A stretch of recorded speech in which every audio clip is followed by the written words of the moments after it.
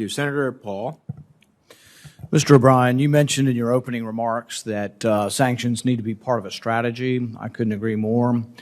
I would argue, though, that the vast majority of our sanctions have no strategy or have an incomprehensible strategy. I'll give you a couple of examples. For example, we're going to be debating later today or tomorrow whether or not we should sanction Nord Stream 2. I've asked the sponsors of the bill what their strategy is. What is the behavioral change you would like on the part of Russia or Germany? And they said, we just don't want the pipeline. We don't want them to sell oil to each other, sell natural gas to each other. And it's like, well, that's not really a strategy that's achievable and not really one that really should be the role of the United States between two sovereign nations to say, oh, you can't sell natural gas to each other. The other problem with the sanctions is we're really eager to put them on people, but we never articulate a reason to take them off. The threat of sanctions can actually have some effect. So, for example, Germany and the United States came to an agreement last summer, and they did issue a very succinct statement saying that if Russia were to invade or, otherwise violate the integrity of Ukraine, that there will be repercussions with regard to the pipeline. That, I think, the threat of an action may have some deterrence. But if we just say tomorrow, we're no longer going to let you sell gas between Russia and Germany, I don't know what deterrence that effect has. And when are we going to remove those sanctions? So if you don't articulate what you're going to do what the other country needs to do to remove the sanctions, why have the sanctions at all? Now, there are categories of sanctions where I don't think you're really trying to change a country's behavior. You just want to punish people. So you want to punish people for being corrupt? Fine. I've voted for those, and maybe those have a deterrent effect the same way we have a punishment for crime here deters other people from committing those crimes. You can make that argument. But it's hard to imagine. So, for example, we have sanctions on members of the Russian legislature because they advocated for the takeover, or they complimented Putin for the takeover of Crimea. So when will those be removed? When Russia gives back Crimea, I guess that will be in the next ice age or something. They're never going to be removed. And so if we don't offer to remove sanctions or give countries a reason why we will remove sanctions, then they're of no value. I would argue that it's very difficult to see a behavior that China has changed or Russia has changed or even Iran. People say, well, the sanctions against Iran worked. Well, they were international, so they were more formidable. But the reason they also worked is we finally went to Iran and said, if you do this, we'll do this. If you don't offer to do something, if it's always just punishment, punishment, punishment, and all you're going to do is say, we're unhappy with you, they are of no value. In fact, they just make it worse and make international relations worse. I know you don't make the policy, we do, and this is more of a speech directed towards my fellow senators than you. But the question I would ask you is, what behavior do you see that has changed in Russia or China because of our sanctions? And not the criminal sanctions, I'm talking more about sanctions concerning policy.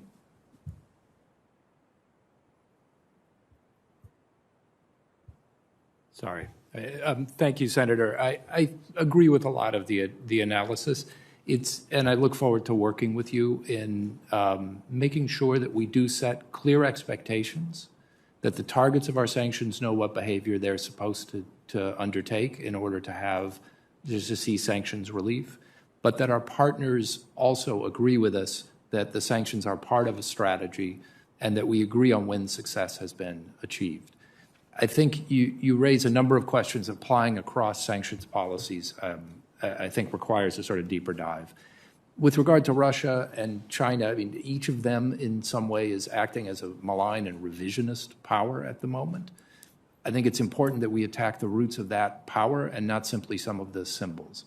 And so I look forward to working with colleagues both in the executive branch and here to be sure that we understand what we're trying to accomplish when we do use sanctions. And that piece, I think, is important. I oversaw a sanctions program years ago where it became clear that by relieving certain sanctions, we could moderate some behavior, but that other sanctions were very effective at disrupting the core real power structure in the society and really did change policy behavior. And I think that that kind of analysis may be available to us, but that's something I look forward to working with you and your colleagues more on. And I'll just close by saying that one theme throughout my consultations with both majority and minority and with members of the committee has been the desire to have more conversation while sanctions are under consideration. And I'll commit to that, because I think a discussion about what our goals are early can often avoid the kind of showdown that happens when we're looking at a specific action. And so I'll be happy to be part of those conversations going forward. If free money were the answer, if money really grew on trees, why not give more free money? Why not give it out all the time? Why stop at $600 a person? Why not $1,000? Why not $2,000? Maybe these new free money Republicans should join the Everybody Gets a Guaranteed Income caucus. Why not $20,000 a year for everybody? Why not $30,000? If we can print up money with impunity, why not do it? The Treasury can just keep printing the money. That is, until someone points out that the emperor has no clothes and that the dollar no longer has value.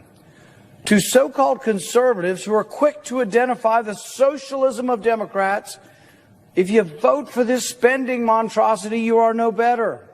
When you vote to pass out free money, you lose your soul and you abandon forever any semblance of moral or fiscal integrity. So the next time you see Republicans in high moral dudgeon claiming and complaining about spending of Democrats and socialism, remind them if they supported this monstrous bill that really the difference between the parties is less Adam Smith versus Marx and more Marx versus Engels. How bad is our fiscal situation? Well, the federal government brought in $3.3 trillion last year and spent $6.6 trillion. The deficit last year, a record-busting $3.3 trillion. If you're looking for more COVID bailout money, we don't have any. The coffers are bare. We have no rainy day fund. We have no savings account. Congress has spent all the money long ago. The economic damage from this pandemic is not the reason for this runaway spending.